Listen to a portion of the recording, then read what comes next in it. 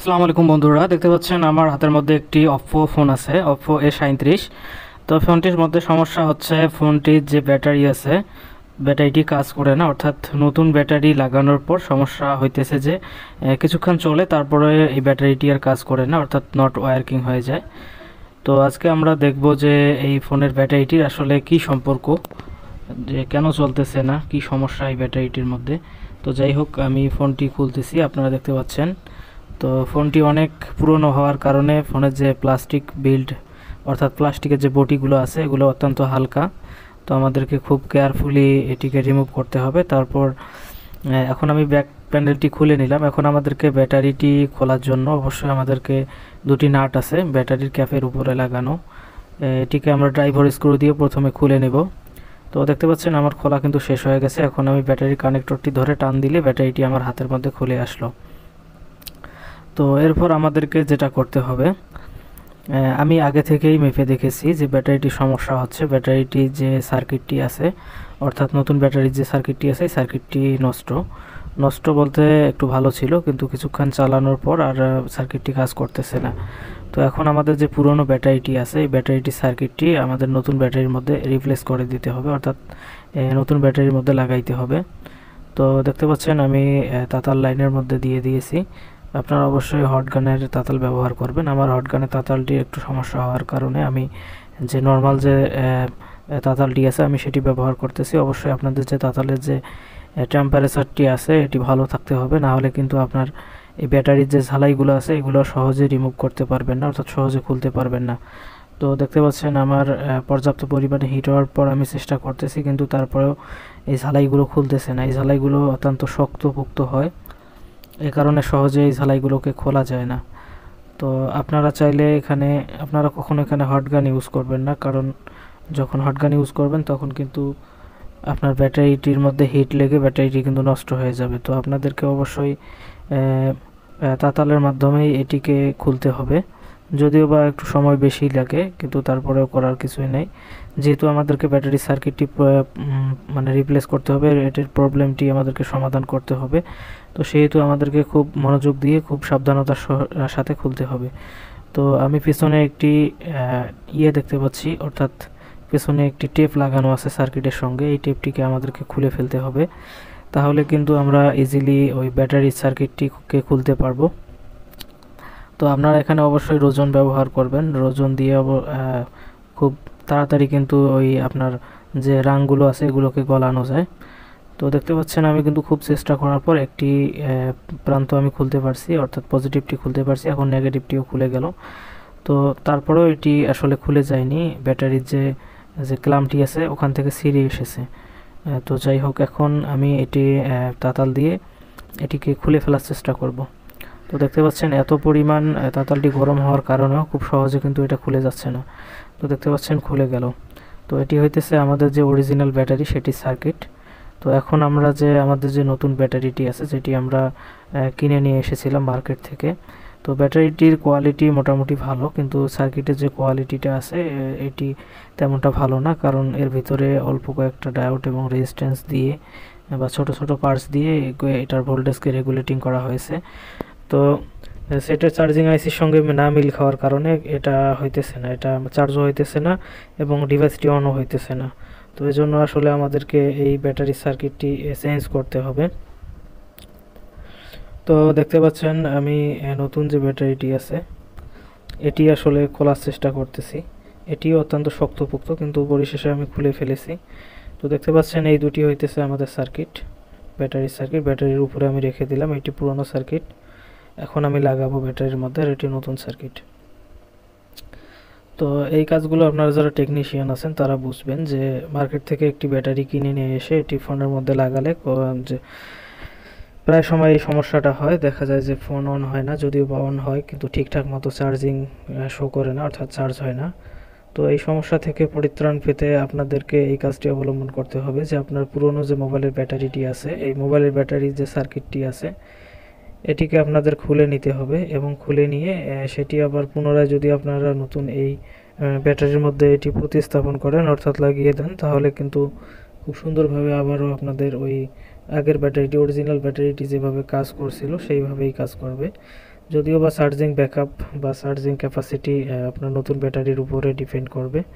তো দেখতে পাচ্ছেন আমি তাতাল দিয়ে কিন্তু খুব ভালোভাবে এটিকে লাগানোর চেষ্টা করতেছি। আমার এক প্রান্ত প্রায় ঝালাই দেওয়া শেষ হয়ে গেছে, নেগেটিভ প্রান্ত। এখন আমি পজিটিভ যে প্রান্ত আছে, পজিটিভ প্রান্তর মধ্যে খুব সুন্দরভাবে ঝালাই করার চেষ্টা করতেছি।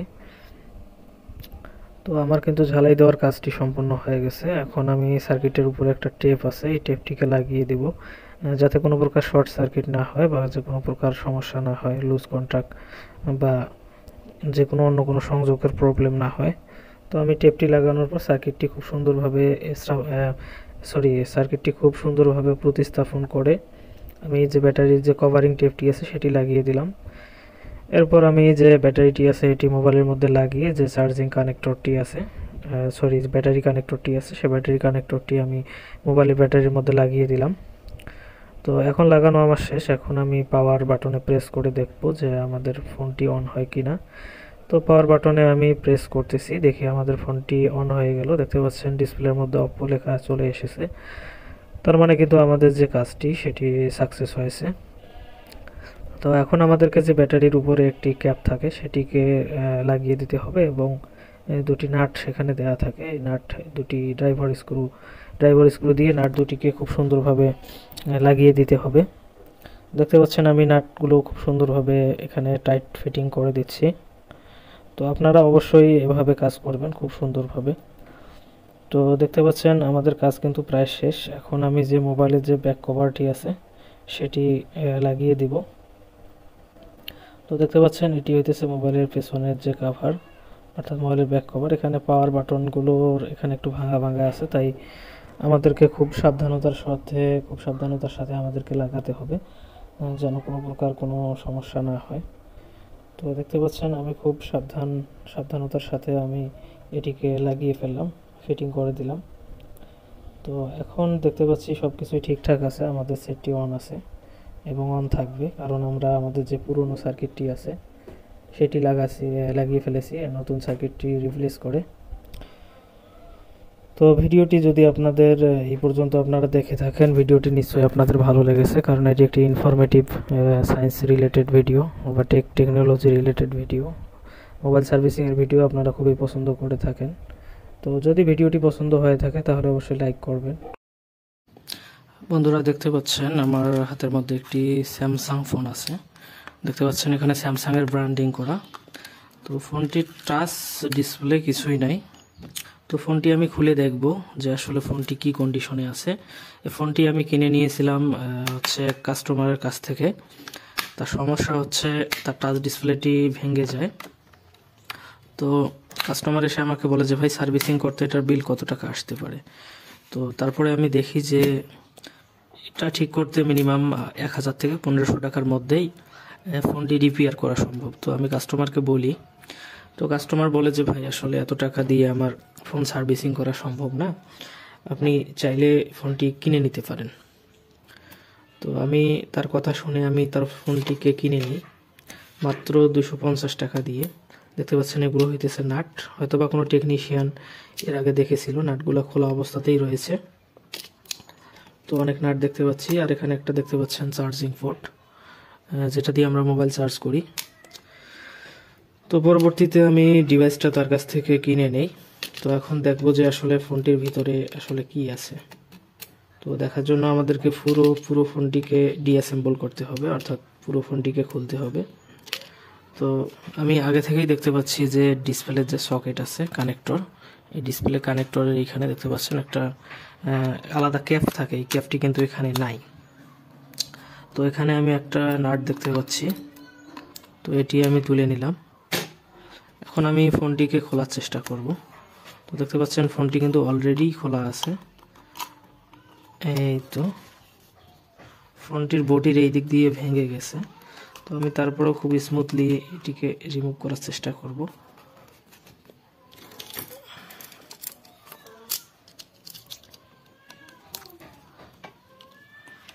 এখানে তো কোনো প্রকার আটা না থাকারই কথা, কিন্তু তারপরেও খুলতেছে না। যাই হোক, ফোনটি এক পর্যায়ে খুলে গেল।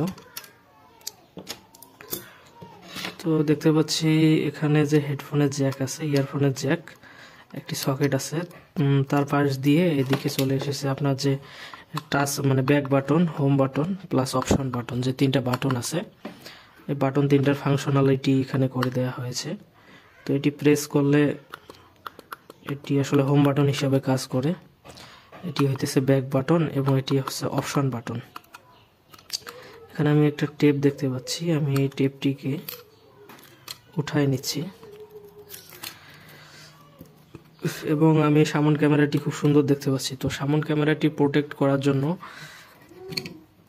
আমরা প্রথমত একটি টেপ এখানে ব্যবহার করব। দেখতে পাচ্ছেন আমার হাতে একটি টেপ রয়েছে।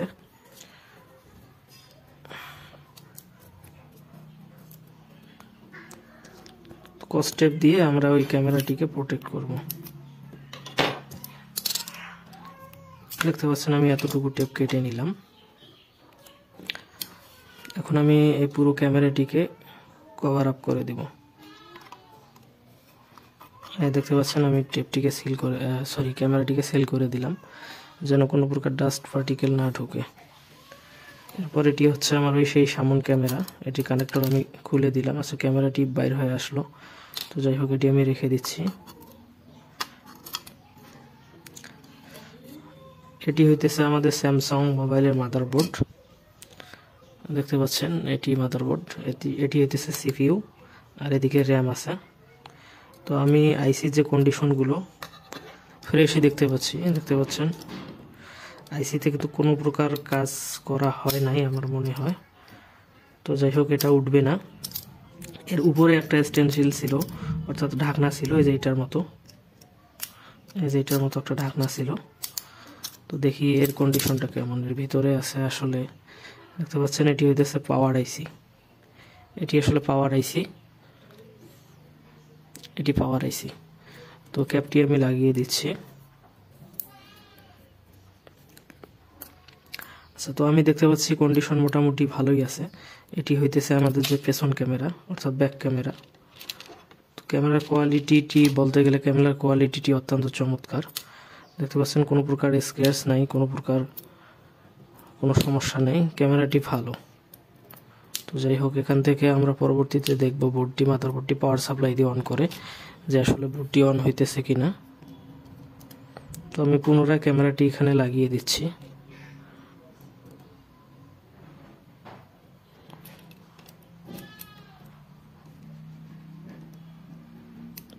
তো দেখতে পাচ্ছেন আমি ক্যামেরাটি লাগতেছে না কেন, কোথাও কোনো প্রকার সমস্যা হইল কিনা।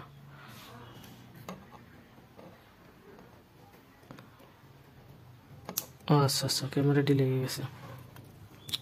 তো এটি হইতেছে সামনে ফ্ল্যাশ। তো আমরা যখন ক্যামেরা দিয়ে পিকচার তুলি তখন এর সামনে একটা ফ্ল্যাশ দেখতে পাচ্ছেন, ফ্ল্যাশ লাইট।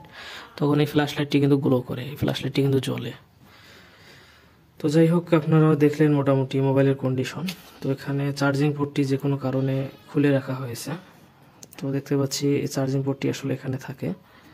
তো পরবর্তীতে আমরা যদি ডিভাইসটি ভালো থাকে বা আমরা পরবর্তীতে যদি ডিভাইসটার মধ্যে কাজ করি তাহলে আমরা চার্জিং পোর্টটি লাগিয়ে নেব। আর এখানে সাইডের বোর্ডের সাথে দেখতে পাচ্ছেন হেডফোন জ্যাক, 3.5mm ইয়ারফোনের জ্যাক। আর এখানে আইসি ঠান্ডা করা একটা কুলিং চেম্বার দেওয়া আছে। এটা হইতেছে সামনের ইয়ারপিস, অর্থাৎ রিঙ্গার যে ফোন করার পর যেটা দিয়ে কথা শোনা যায়, এটি হইতেছে ভাইব্রেশন মোটর। আর এটা হইতেছে আপনার স্পিকার গ্রিল। তো যাই হোক, আমি স্পিকার দেখতে পাচ্ছি না। আচ্ছা, স্পিকারটি আসলে এখানেই লাগা আছে। তো দেখতে পাচ্ছেন কত সুন্দর স্যামসাং কোম্পানির যে স্পিকারগুলো হয়ে থাকে, বেস্ট লাউড এবং ক্রিস্টাল ক্লিয়ার সাউন্ড। তো দেখতে পাচ্ছেন এখানে স্পিকারটি আছে। আর এটা হইতেছে ব্লুটুথ বা ওয়াইফাইয়ের অ্যান্টেনা। আর পিছনের দিকে আছে আপনাদের যে নেটওয়ার্কের ব্যান্ড অ্যান্টেনা, এগুলো হচ্ছে নেটওয়ার্কের অ্যান্টেনা। এখানেও আমি একটা অ্যান্টেনা দেখতে পাচ্ছি। এই হইতেছে বেসিক স্ট্রাকচার। তো এখন আমি এটি অ্যাসেম্বল করব, অর্থাৎ লাগিয়ে ফেলবো। তো দেখতে পাচ্ছেন আমি আচ্ছা সরি, এটা আসলে উল্টো দিকে হয়ে গেছে।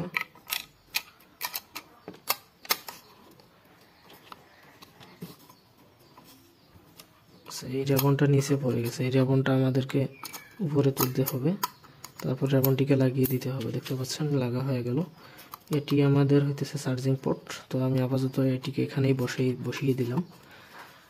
এখন আমাদের সামন ক্যামেরাটি লাগাইতে হবে। সামন ক্যামেরাটি আমি লাগিয়ে দিচ্ছি, দেখতে পাচ্ছেন। আমাদের কিন্তু কাজ শেষ। এখন আমাদের যে বডি আছে, বডির মধ্যে ফিটিং করতে হবে। এটি হইতেছে পাওয়ার বাটন। পাওয়ার বাটনটি খুলে গিয়েছিল, আমি লাগিয়ে দিলাম। এখানে কিন্তু ভলিউম বাটনটা মিসিং দেখতে পাচ্ছি, তো ভলিউম বাটনটা আমরা পাইনি। তো ফাইনালি আমাদের যে মোবাইলটি আছে, এটি আমরা যেটা দেখতে পেলাম, আসলে 250 টাকা দিয়ে নিয়ে আমাদের লস না হওয়ারই কথা যারা টেকনিশিয়ান আছি। তো সেকেন্ড হ্যান্ড ফোন কিনলে এগুলো থেকে আমরা বিভিন্ন কম্পোনেন্ট আবার অন্য মোবাইলের মধ্যে রিইউজ করতে পারবো, অর্থাৎ আবার নতুন করে লাগাইতে পারবো। তখন আমি নাট কয়টি লাগিয়ে রাখতেছি সুবিধার্থে, যেন নাটগুলি হারিয়ে না যায়। তো আপনারা যারা সার্ভিসিং শিখতে চান বা টেকনিশিয়ান আছেন, আপনারা কমেন্ট করে বলেন যে আপনারা আসলে এরকম মোবাইল কি প্রাইজে কিনেন, অর্থাৎ কত টাকা দিয়ে কিনেন। তাহলে আমাদের একটা আইডিয়া হবে যে আসলে এটি কি ঠিক আছে নাকি ভুল। তো দেখতে পাচ্ছেন আমাদের 4র্থ নম্বর নাটটি লাগানো হয়ে গেল। এটা হচ্ছে 5 অর্থাৎ 5 নম্বর নাট। তো এটিও আমি লাগিয়ে দিলাম। এটি 6 নম্বর নাট, এটি 7 নম্বর নাট এবং এটি 8 নম্বর নাট। পেছনের দিকটা অবশ্য 4টা নাট লেগে গেছে, এখানে 2টা 6টা, এখানে একটা 7টা, এখানে একটা 8টা। আর এখানে যে নাটটা এটি মিসিং, এটি হয়তো বা যে কোনো কারণে হারিয়ে গেছে। তো এটি হইতেছে ব্যাকপার্ট। তো আমি ব্যাকপার্টটি লাগিয়ে দিলাম। পেছন দিক থেকে দেখলে আসলে বোঝাই মুশকিল যে আমাদের ফোনটি নষ্ট নাকি ভালো।